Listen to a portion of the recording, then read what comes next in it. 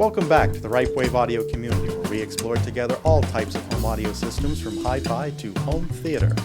My name is John, and for this video we continue our top AV processor separates under $5,000 series, which supports immersive audio formats for at least 12 channels.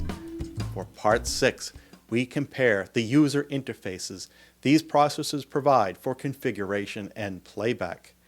If you missed part 1, where we outlined the main criteria for channels, format support, and room calibration, or part 2, where we examined the DACs these processors utilize, or part 3, where we described the connectivity from Ethernet to Internet streaming features, or part 4, where we put forward the physical characteristics that define these processors, or part 5, when the I/O was covered.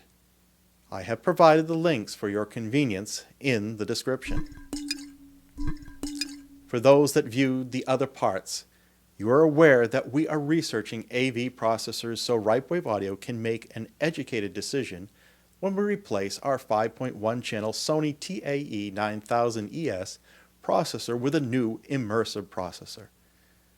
As before, keep in mind that your criteria may be different, but use this content to help you make your own choices.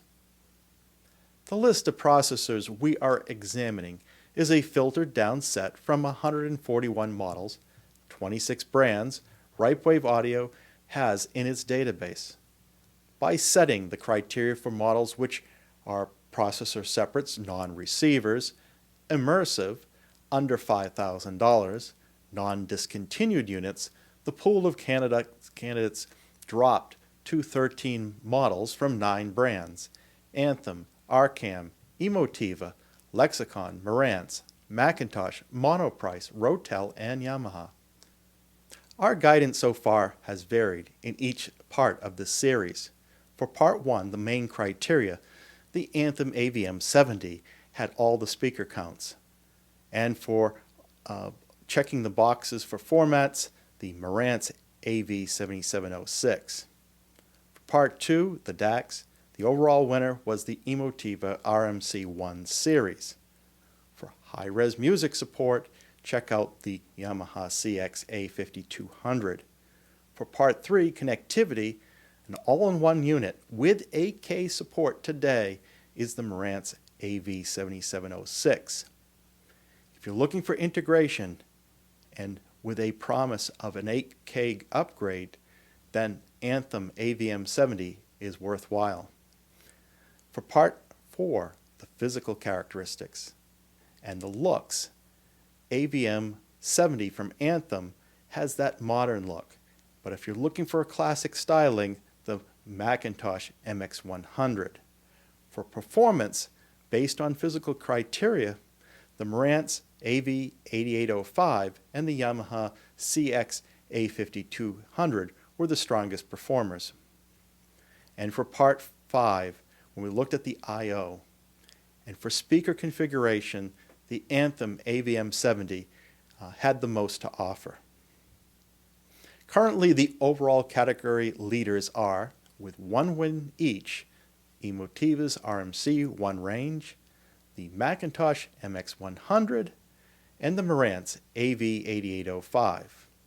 With 2 wins each, the Yamaha CX-A5200 and the Marantz AV7706. And with the most wins so far, at 4, is the Anthem AVM-70. Now keep in mind that we will ultimately weigh each category differently. However, as we go along, it will be harder for models that are not in the lead to catch up. The interfaces we are reviewing in this part are the human interfaces.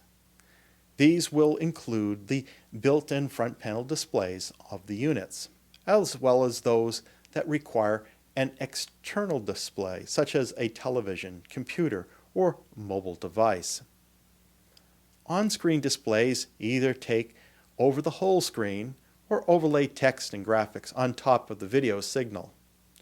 Computers and mobile devices can either display a web page from the processor or run a dedicated application to provide the interface. In order to put the capabilities of each of these brands in place, I did a little research to determine the approximate size of each of their parent companies. Now, we must point out that these are approximations, as each financial report from well-respected analysts show different values, and those values can be widely different if the parent company is private, and many of these are privately held companies and do not have to disclose their earnings. Rather than show the exact value, we are simply showing relative placement for comparison. The table reveals that Harman has the most muscle and appears in this series with their Arcam and Lexicon brands. Yamaha is also in the huge category with over $1 billion of sales annually. But it is not clear how much of Yamaha is dedicated to just home audio. Sound United is clearly in the over $100 million group with Monoprice. Note how the employee count drops respectively with earnings. Rotel, McIntosh, and Anthem's parent Paradigm are all over $20 million in annual sales. Emotiva, with its J Design ownership, is the smallest of the group, under $10 million, and with the most modest headcount to support development and production. One may assume that the large company will put the most resources into a product. However, that is not always the case. Certainly, they can if they want to, but they have often to focus their investments on what they feel are stronger growth areas for their business. When they have multiple audio brands, they can share technologies across. Certainly a strategy that Sound United leverages, which makes it difficult for smaller companies to deliver at the same level. As a result, the smaller companies tend to specialize on a smaller group of key features they feel will differentiate their offerings from the others, knowing that they cannot deliver the same number of features as the leaders. They will either introduce something new or provide a high level of refinement. When comparing the user interfaces, we looked at configuration and playback features. As this is not a hands-on review, we are going by the supplied photos and documentation. The result did take longer than expected, as some items are not clearly presented and screenshots are sometimes hard to come by. For example, shots of on-screen pop-up displays for volume and source details are not always provided by the companies. Let us start with Lexicon. For basic operations, the Lexicon MC-10 provides a two-line monochromatic display. For configuration, there is an on-screen display, OSD, that is text-based. The image here is from the manual. Now, sorry about the stray call-out lines that intersect this copy. Like all Dirac implementations, Dirac is launched from a Windows or Mac PC. The Lexicon website points to an older version of Dirac, version 1.2.31, and we can wonder if it can be upgraded, or are you locked into this very version? Lexicon notes that pop-up on-screen messages are supported, but does not list the functions in the documentation. We suspect the standard volume and source details are presented. The Rotel RSP-1576 and RSP-1576 Mark II share the same UI. The front panel provides the basic playback functions. The menus are sent to an on-screen display and are simple and clean. Like the Lexicon menus, these are on the uninspiring side. Again, DAC is a separate PC and Mac software, but this time the version is version 3.0.13 that is used, and we believe that is the latest. Rotel notes that pop-up on-screen messages are volume, source, plus some others. For the MX100, McIntosh presents their standard two-line, no-nonsense front panel display. The pop-up on-screen display provides volume details and can be positioned on the top or bottom of the screen. The web page-based configuration screens are among the nicest and certainly the cleanest presentation. Unlike the direct room calibration, the Odyssey solution, which McIntosh uses, is fully integrated into the processor and configuration menus. A real nice touch, but I wonder if there are some performance benefits to the computer-based approach that Dirac and others use. The Yamaha CX-A5200 has a front panel display that is packed with a lot of details and a lot more than the previous models mentioned. A high-quality on-screen display is provided for configuration which departs from the monochrome approach of McIntosh by adding some color and icons into the experience. Yamaha's own room calibration software, YPOW, is integrated into the menus as with McIntosh, so a PC is not utilized in the process. The pictorial representation of the speaker layout is a nice touch. For music playback, Yamaha has included support for their MusicCast solution, which has an app to control via a mobile device. Reviews of MusicCast have pointed to some issues, but Yamaha goes further than most with its inclusion.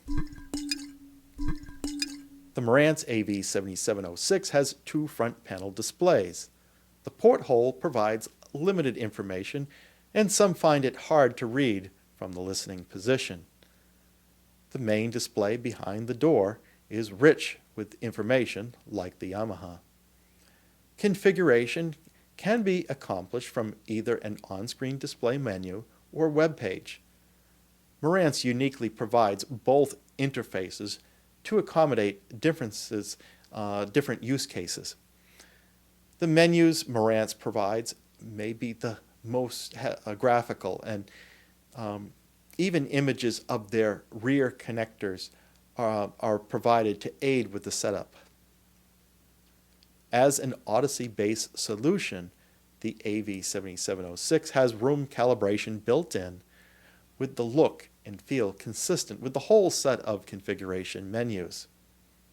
Marantz provides pop-up on-screen messages which are configurable and includes the ability to display status info and now playing details. The AV7706 leverages Denon's HEOS, which is similar to Yamaha's MusicCast and also provides a mobile app for playback control. Users often prefer HEOS over MusicCast. The Marantz AV8805 has the same user interfaces as the AV7706. As an older model, the AV8805 does not list support for the web page interface within its documentation, so we have removed that capability from the slides. It may be something that is or could be added via a firmware upgrade. The Arcam AV40 is the second Harman entry. The Arcam model has a larger multi-line front panel display which contrasts with that of the Lexicon model. The configuration menus are again uninspiring, as with the Lexicon. The initial menu does make an effort with its icons and updated fonts. The other menus don't carry that theme across. Arcam uses DAC like Lexicon, but for the AV40 they are using version 3.0.13. Again, it is not clear which information is presented with the pop-up messages within this Harman processor. The Emotiva models display a lot of details on their front panels, like Yamaha and Marantz, but Emotiva spreads those details over a larger area, using larger fonts, which are readable from a greater distance. The RMC-1L and RMC-1 models provide a little more display space on the front panel than the entry-level XMC2. When you invoke the on-screen configuration menus, the experience takes a few steps back. Emotiva went with a spreadsheet-like text form. Like we have observed with several other models, there are no details on what information is presented on the pop-up on-screen messages. DAC version is 3.0.13 based, and in traditional DAC fashion, you launch the room corrections software from a computer. The front panel display of the Monoprice Monolith HTP1 is similar to that of Arcam AV40, but appears to be a little larger and a bit more refined, with quite a bit of information. Monoprice opted out of on-screen menus in favor of web-based menus, which is the same approach as McIntosh, and could be a growing trend in more processors and receivers going forward. We will touch more on that later on. The menus are not as glitzy, but modern, clean, and well executed with graphical elements to show the speaker layouts, etc. The HTP1 also has a web dashboard for control of playback settings, such as volume, input selection, and sound modes. No surprises with the DAC interface as an independent computer-based interface, but the HTP1 does support bass control extension. That addition makes sense given that the HTP1 supports up to 5 subwoofers. The Anthem AVM-70 has a large front panel display, but the amount of details presented is minimal to favor larger fonts and clarity. Most photos only show it displaying the volume level. The AVM-70's menus are on-screen and clean like the Monoprice HTP1. But the AVM-70 menus, in our opinion, are a step up in refinement. Anthem's Arc Genesis room calibration software runs on a separate computer like DAC. Arc Genesis is also like DAC in that it steps the operator through the process using graphical elements. Anthem also provides a mobile version of the tool, but is unclear if the mobile edition supports the latest Arc Genesis software to be compatible with the AVM-70. Anthem is unique as it provides the ability to not only customize pop-up on-screen messages, but also provides the customization for a second zone. Anthem provides a mobile app as well for basic playback control, which provides an alternate to the supplied remote control. The mobile app is good for when line of sight is not possible with a standard IR remote. Having run through all the models individually, it is summary time. The front panels are a mix of designs. Marantz, Yamaha, and Emotiva try to pack a lot of detail into these displays. Anthem is the simplest approach. McIntosh, Rotel, and Lexicon are traditional on their displays.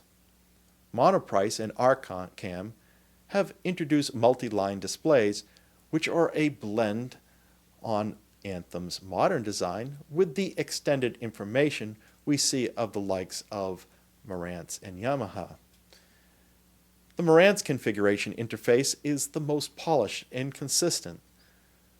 Same for on-screen and web, and the room correction software is fully integrated.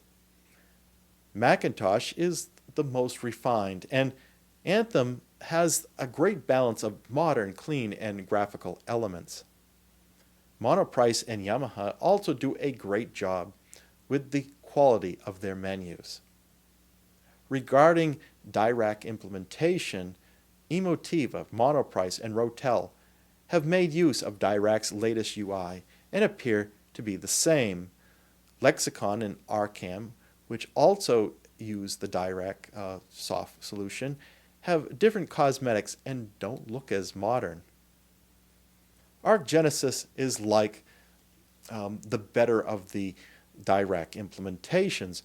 We generally like the integrated approaches of Wipeow and Odyssey, but ultimately, how well these room calibration solutions do their job is the most important factor. When it comes to playback apps, we stuck to apps which are unique to each unit and did not consider general Chromecast, Apple AirPlay, or the likes. Yamaha has MusicCast, Marantz has HEOS, and the Anthem remote app has a basic playback control and does not address streaming as with the others. As for interacting with the processor, we like the idea of having a remote interface that goes beyond what the IR remote can provide. We feel it is nice to have access to the full configuration menus as we are listening to an A/B compare, and we can make modifications without needing to turn on the TV or disturb the viewing while making those adjustments. We like that Marantz provides both options, but don't fault Monoprice and McIntosh for not including the on-screen option. Let's see if we can boil this analysis down to a winner. We would like a modern front panel that provides a good amount of status detail. Now, while we stand by our previous praise of Anthem's front panel cosmetics, it is not as functional as we would like to have. However, it is hard to find a well-executed design that shows a high level of detail. Now, too bad the Arcuous models are priced outside our $5,000 limit. The analysis reveals that the size and resources a company has does not directly translate into the quality of the user interfaces provided. The best menus are from Marantz, Yamaha, Monoprice, Anthem, and McIntosh. McIntosh and Marantz integrate the room calibration software, which is a positive. For playback control and remote access to configuration settings, we like what the Marantz AV7706 delivers. Marantz gets the edge on Yamaha as the HEOS software is better executed. Therefore, for round 6, we can say that the Marantz AV7706 is the winner. In the next episode, we will wrap up the data from all the parts and provide our final pick. If you are in the market for an AV processor, how do you want to interact with the system? Do you want everything in one software set with impressive graphics? Or is the experience all about the end result and not how glitzy the menus and displays are? Do you care if the menus are on-screen, web-based, or provided on a mobile app? That feedback would be useful to the Ripewave audio community.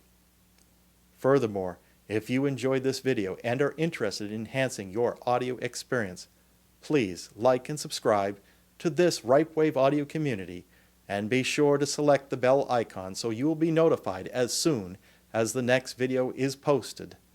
Until then, keep evolving your audio experience.